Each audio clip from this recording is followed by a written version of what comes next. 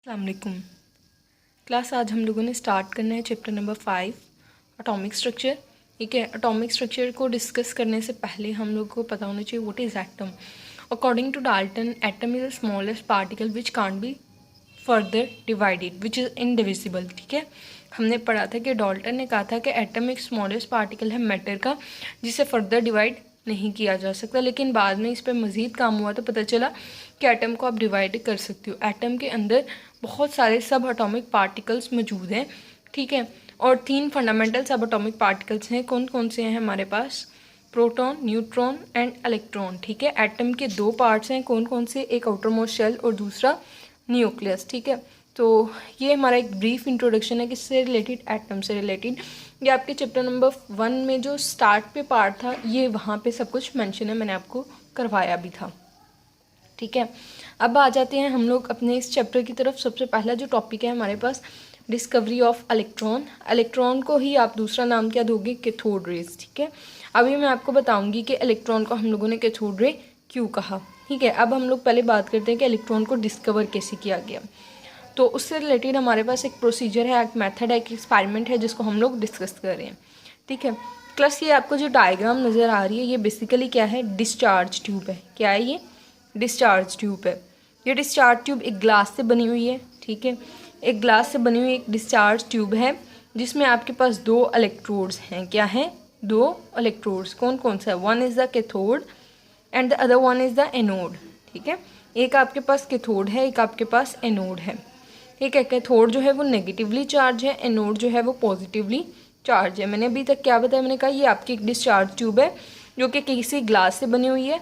इसके अंदर 2 इलेक्ट्रोड्स हैं। एक इलेक्ट्रोड आपका कैथोड है नेगेटिवली चार्ज, एक आपका एनोड है पॉजिटिवली चार्ज।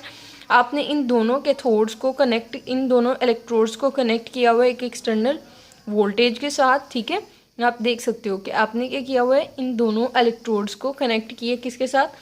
एक वोल्टेज के साथ, यानी सोर्स ऑफ इलेक्ट्रिसिटी के साथ। देखो आप कह रहे हो वोल्टेज मतलब जो इलेक्ट्रिसिटी प्रोवाइड करेगा आपको किसी ना किसी तरीके से। ठीक है, कोई बैटरी हो सकता है, कोई सेल हो सकता है, उसके साथ आपने इसको कनेक्ट किया हुआ है।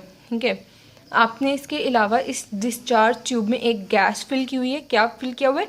गैस फिल की हुई है। ठीक है, उसके अलावा आप लोगों ने यहाँ पे एक वैक्यूम पंप लगाया हुआ है। ये वैक्यूम पंप क्या करेगा? आप लोगों ने अभी एक्सपेरिमेंट स्टार्ट नहीं किया, आपने इस डिस्चार्ज ट्यूब में से जितनी भी हवा थी वो सारी निकाल ली। उस हवा को निकालने के बाद आप लोगों ने इसमें अपनी गैस फिल की। ठीक है, और यह हमारा भी एक सेटअप है। ठीक है, मैंने अभी आपको सिर्फ ये ऑपरेटर्स और इस ऑपरेटर्स में जो चीज़ें हैं उनके बारे में बताया है, मैंने इसकी वर्किंग एक्सप्लेन नहीं की। ठीक है, मैंने सिर्फ ऑपरेटर्स का भी आपको ब्रीफ इंट्रोडक्शन दिया। मैंने कहा आपके पास एक डिस्चार्ज ट्यूब है, उस डिस्चार्ज ट्यूब में आपके पास 2 इलेक्ट्रोड्स हैं। वो इलेक्ट्रोड्स कौन से हैं? एक कैथोड है, एक एनोड है। कैथोड नेगेटिवली चार्ज है, एनोड पॉजिटिवली चार्ज है। आपने दोनों इलेक्ट्रोड्स को कनेक्ट किया हुआ है किसी वोल्टेज के साथ, किसी सोर्स ऑफ इलेक्ट्रिसिटी के साथ। लाइक कोई बैटरी हो सकती है, कोई सेल हो सकता है। ठीक है, आपके पास इस डिस्चार्ज ट्यूब में एक वैक्यूम पंप है। इस वैक्यूम पंप का क्या काम है कि आपने बिफोर स्टार्टिंग एक्सपेरिमेंट इस वैक्यूम पंप के थ्रू सारी की सारी गैस, एयर इसमें से रिमूव कर ली। उसके बाद इसमें आपने अपनी experimental gas, desired gas fill की। ठीक है, ये हमारा क्या था? सेटअप था। अब हम लोग नेक्स्ट चलते हैं वर्किंग की तरफ। तो इसके वर्किंग में क्या होता है? कहते हैं कि आप लोगों ने इस डिस्चार्ज ट्यूब में कोई प्रेशर अप्लाई करना है, कोई वोल्टेज अप्लाई करना है। तो अगर आप ऑर्डिनरी प्रेशर यानी आप अपना एटमॉस्फेरिक प्रेशर कितना 1 atm जो प्रेशर था, अगर आप वो अप्लाई करोगे तो इस डिस्चार्ज ट्यूब में कोई करंट का फ्लो नहीं होगा। ठीक है, मैंने ये कहा था ना ये वोल्टेज क्या है? Source of electricity. अगर ये सोर्स ऑफ इलेक्ट्रिसिटी है इसका मतलब क्या है कि यहाँ से इलेक्ट्रिक करंट फ्लो करेगी टुवर्ड्स द इलेक्ट्रोड। ठीक है, करंट कहाँ फ्लो करेगी? Towards the electrodes. तो अगर आप लोग अपना ऑर्डिनरी प्रेशर अप्लाई करोगे तो यहाँ से कोई करंट फ्लो नहीं करेगी। ठीक है, मैंने क्या कहा कि आपके पास जो वोल्टेज है इसके थ्रू करंट फ्लो करेगी टुवर्ड्स इलेक्ट्रोड्स। ठीक है,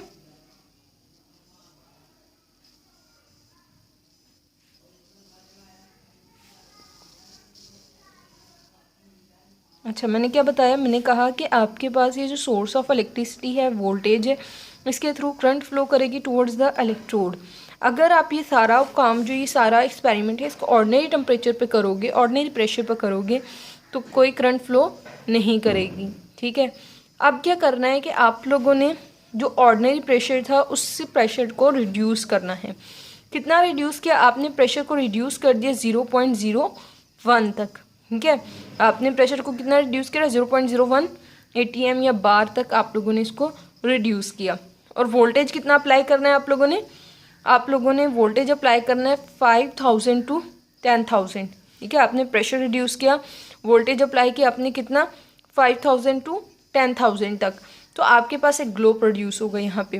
ग्लो मतलब कोई चमक प्रोड्यूस होगी, ठीक है। फिर आपने क्या किया? आपने फर्दर प्रेशर को रिड्यूस किया 0.01 से भी नीचे। आपके पास एक ओरिजिनल जो ग्लो, यहाँ पे आपको जो ग्लो नज़र आ रहा था वो डिसअपियर हो गया, ठीक है। मैंने अभी तक क्या कहा? मैंने कहा अगर आप ये एक्सपेरिमेंट जो आप कर रहे हो इसको ऑर्डिनरी प्रेशर पे करते हो तो आपके पास कोई करंट फ्लो नहीं करती। किस में से? डिस्चार्ज ट्यूब में से, ठीक है। लेकिन जैसे ही आप लोगों ने यहाँ पे डिस्चार्ज ट्यूब में कोई करंट फ्लो नहीं करेगी जब आपने प्रेशर ऑर्डिनरी प्रेशर पे एक्सपेरिमेंट परफॉर्म किया। लेकिन जब आप प्रेशर को रिड्यूस करते हो तो क्या होता है? करंट फ्लो करना स्टार्ट कर देता है, ठीक है। और वोल्टेज उस वक्त कितना अप्लाई करना है? 5000 to 10,000 तक। तो आपके पास एक ग्लो प्रोड्यूस होगा। लेकिन जैसे ही आपने अपना प्रेशर जो है उसको फर्दर रिड्यूस किया, कितना? 0.01 से भी नीचे ले गए तो आपके पास जो यहाँ पे ग्लो था वो क्या हो गया? डिसअपियर हो गया। फिर आपने क्या करना है? आप कहते हो कि ग्लो तो डिसअपियर हो गया, अब यहाँ देखो जैसे यहाँ से आपके पास करंट फ्लो कर रही है, करंट फ्लो करके इलेक्ट्रोड्स कैथोड की तरफ आ रही है, तो कैथोड में से कुछ रेस प्रोड्यूस होती हैं, ठीक है। कैथोड में से कुछ रेस प्रोड्यूस होती हैं, तो जो रेस प्रोड्यूस हो रही हैं वो कहाँ की तरफ मूव करेंगी? ये नेगेटिवली चार्ज है कैथोड, तो मतलब जो रेस आएंगी वो भी क्या होंगी? Negatively charge. तो अब जो ये नेगेटिवली चार्ज रेस हैं ये किस तरफ मूव करेंगी? ये मूव करेंगी towards the anode, positively charge. आप कहते हो कि opposite charges attract each other. अगर कैथोड की जो रेज हैं ये नेगेटिवली चार्ज हैं तो ये अट्रैक्ट करेंगी टुवर्ड्स द एनोड, तो ये यहाँ से फिर कैथोड से मूव करना स्टार्ट कर देंगी एनोड की तरफ। तो आप कहते हो कि यहाँ से क्या होगा? Some rays are produced that are negatively charge move towards the opposite to the cathode. देखो कुछ रेज जो हैं वो कैथोड से प्रोड्यूस हो रही हैं और ये मूव कहाँ कर रही हैं? Opposite to the cathode. इसलिए आप इन रेज को क्या नाम देते हो? कैथोड रेज का। इसलिए आप लोगों ने इलेक्ट्रॉन्स को क्या नाम दिया? कैथोड रेज का, ठीक है। अब ये बात कर लेते हैं कि यहाँ पे किस किस्म का ग्लो प्रोड्यूस होगा, किस किस्म की फ्लोरेसेंस प्रोड्यूस होगी। तो क्लास वो आपकी डिपेंड करेगी on the composition of the glass. जिस तरह की ग्लास की कंपोजिशन होगी उसी तरह का ग्लो प्रोड्यूस होगा। लाइक मैं यहाँ पे जो ग्लास ले रही हूँ वो एलुमिना का है तो रेड ग्लो प्रोड्यूस होगा। अगर मैं टिन ले रही हूँ तो आपके पास येलो कलर प्रोड्यूस होगा, ठीक है। तो इस तरह आपके पास वेरी करेगा कलर, किस पर डिपेंड करेगा कि आपके ग्लास की कंपोजिशन क्या है, ठीक है। तो ये हमारी डिस्कवरी ऑफ द इलेक्ट्रॉन्स थी। अब इसके बाद हम लोग पढ़ेंगे properties of the cathode rays.